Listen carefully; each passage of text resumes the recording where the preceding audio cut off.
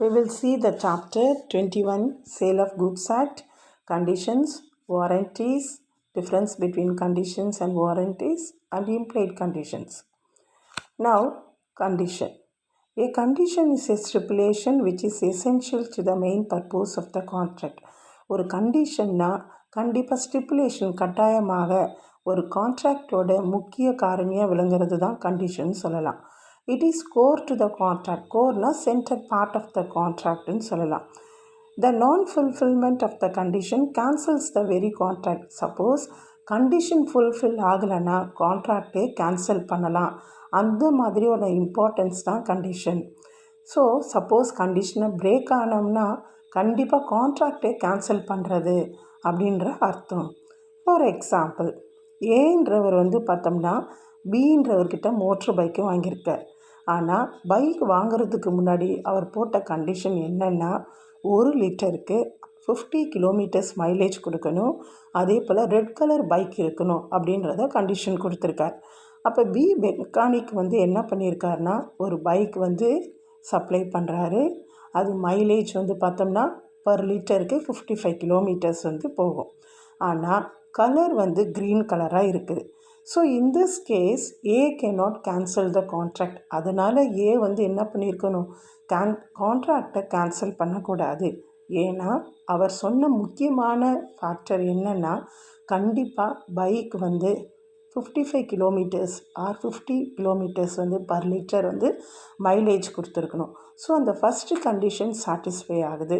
ஆனால் ரெட் கலருக்கு பதிலாக க்ரீன் கலர் இருந்ததுனால ஏ என்ன பண்ணலாம், கண்டிஷன் பிரகாரம் இருக்கிறதுனால பைக்கை கலர் சேஞ்ச் பண்ணி கொடுக்கணும். ஆனால் அந்த காஸ்ட்டை பி தான் ஏற்றுக்கணும் அப்படின்றத கண்டிஷன் கொடுக்கலாம்.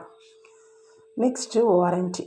Warranty represents a stipulation which is collateral to the main purpose of the contract. அது என்னென்னா collateralனா சப்ஸ்டிடியூட். ஒரு கான்ட்ராக்டோட ஒரு செகண்டரி தான் நம்ம வாரண்டின்னு சொல்லலாம். கான்ட்ராக்டோட செகண்டரி இம்பார்ட்டன்ஸ்னு.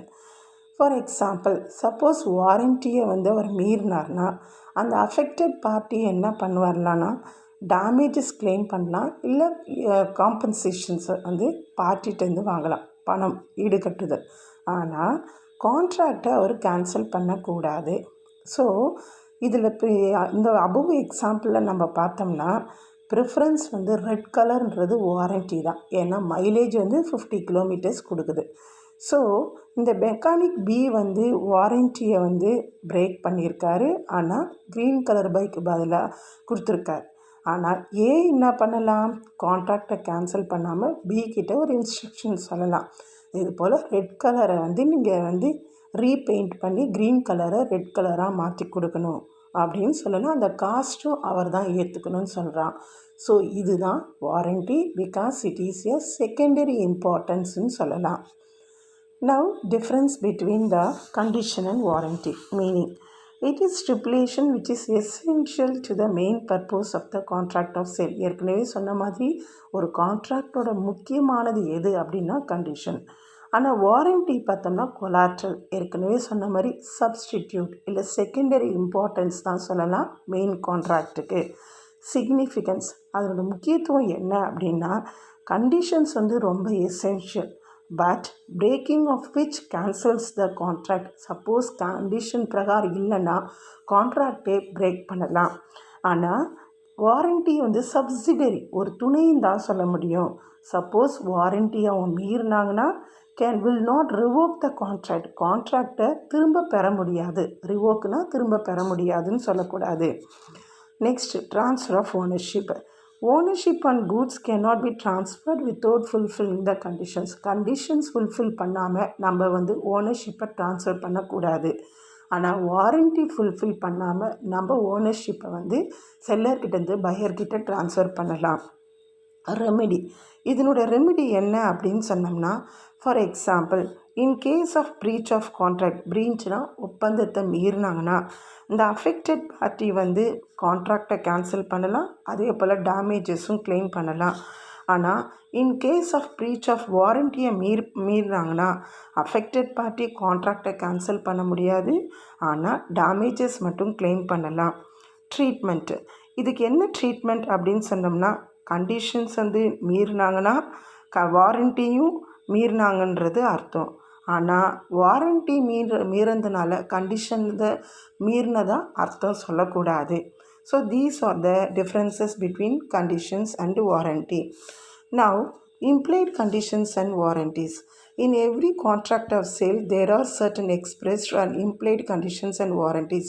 ஒவ்வொரு கான்ட்ராக்ட்லேயும் நம்ம பார்த்தோம்னா சில கண்டிஷன்ஸ் சொல்லப்பட்டிருக்கும், சில கண்டிஷன்ஸ் வந்து செயல்படுத்தப்பட்டிருக்கும். இது மூலமாக இந்த கான்ட்ராக்ட் நடைபெறும் அப்படின்றது சொல்லாமல் சொல்லப்பட்டிருக்கும். For example, conditions as to, இது ஒரு பேராகிராஃப் கொஸ்டின்னால நம்ம 3 பாயிண்ட்ஸ் எழுதினா போதும். இது important question. Conditions as to title. Suppose title வந்து ரொம்ப முக்கியமானது. In case of sale, the seller has the right to sell the goods. ஒரு சேல் நடைபெறும்னா கண்டிப்பாக செல்லருக்கு வந்து உரிமை இருக்குது கூட்ஸை சேல் பண்ணுறதுக்கு. அதே போல் பையருக்கும் என்ன அசம்ஷன் அவர் எடுத்துருக்கணும், செல்லருக்கு வந்து ஃபுல் ரைட்ஸ் இருக்கும் கூட்ஸை வந்து சேல் பண்ணுறதுக்கு. Example, R purchased a motor car from D and used it for 4 months. ஆறுன்றவர் டின்றவர்கிட்ட மோட்டர் கார் வாங்குறாரு, 4 மாதம் யூஸ் பண்ணியிருக்காரு. ஆனால் 6 monthsக்கு அப்புறம்தான் அந்த ட்ரூ ஓனர் வந்து அவர்கிட்ட கிளைம் பண்ணுறாரு, ஆர்கிட்ட இது தன்னோட பைக்குன்றதை கிளைம் பண்ணுறாரு. So in this case R has to return the car to the true owner. இந்த நேரத்தில் பார்த்தோம்னா கண்டிப்பாக இவர் வந்து ஆர் வந்து ட்ரூ ஓனர்கிட்ட பைக்கை கொடுத்துருக்கணும். ஆனால் என்ன ப்ரைஸ் அவர் விலையை கொடுத்துருக்காரோ அதை வந்து டி கிட்டேருந்து நம்ம கிளைம் பண்ணலாம். ஸோ இதுதான் நம்ம கண்டிஷன்ஸ் ஆஸ் டு டைட்டில்னு சொல்கிறது. Second one, conditions as to description. Suppose in contract of sale by description, என்ன மாதிரிலாம் சேல் நடக்கும்பொழுது, ஒரு கான்ட்ராக்ட் ஆஃப் சேல் நடக்கும்போது என்னெல்லாம் டிஸ்கிரைப் பண்ணியிருக்காங்களோ அது பிரகாரம் வந்து கண்டிப்பாக கூட்ஸ் ஒத்து போயிருக்கணும். அப்படி இல்லைன்னா நம்ம அந்த கான்ட்ராக்டை கேன்சல் பண்ணலாம். There is an implied conditions that goods supplied should agree with the descriptions made with the seller. Seller என்ன மாதிரிலாம் சொல்லப்பட்டிருக்காரோ அது பிரகாரம் அந்த கூட்ஸ் இருந்திருக்கணும். ஃபார் எக்ஸாம்பிள், ஏன்றவர் என்ன பண்ணியிருக்காருனா ஒரு மிஷினரியை பி கிட்ட வாங்கியிருக்கார். ஆனால் பி விற்கும்போது என்ன சொல்லியிருக்காருனா அது 1 year தான் பழசு அப்படின்னு சொல்லியிருக்கார். ஆனால் after buying the machinery it is very old, I came to no.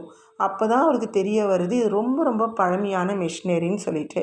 So இந்த கேஸில் பார்த்தோம்னா ஏ என்ன பண்ணலாம், மிஷினரியை பி கிட்ட கொடுத்துருக்கலாம்.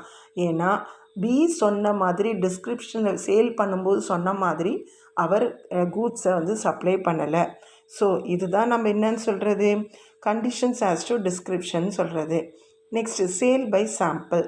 ஸோ சாம்பிள் பிரகாரம், for example, where goods are sold by showing samples by the seller. சில நேரத்தில் பார்த்தோம்னா செல்லர் வந்து சில சாம்பிள்ஸை காமிக்கிறது மூலமாக கூட்ஸை வந்து சப்ளை பண்ணலாம் மொத்தமாக, அதான் பல்க்குன்னு சொல்கிறது.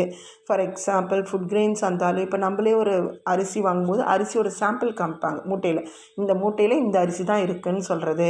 ஃபார் எக்ஸாம்பிள், கிளாத்தாக இருந்தாலும் மெடிசின்ஸாக இருந்தாலும் கெமிக்கல்ஸாக இருந்தாலும். ஸோ இந்த bulk of goods supplied by the seller should be similar to the samples ஷோனு.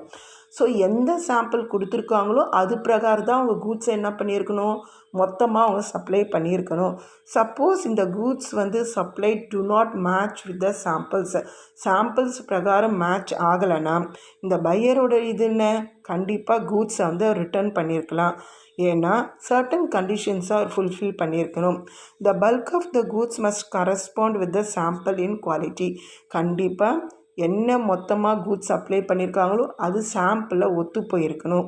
So the buyer should have a reasonable opportunity of comparing the bulk with the sample. கண்டிப்பாக நம்ம ஒரு பொருளை வாங்கினோம்னா மொத்தமாக வாங்கும்போது நம்ம சாம்பிளில் கொடுக்கப்பட்டிருக்க மாதிரி சப்ளையாக இருக்கான்னு நம்ம கண்டிப்பாக செக் பண்ணுவோம். இது பையர் வந்து செக் பண்ணலாம். So these are the implied conditions to the conditions and warranties. In the next video we will see the next chapter.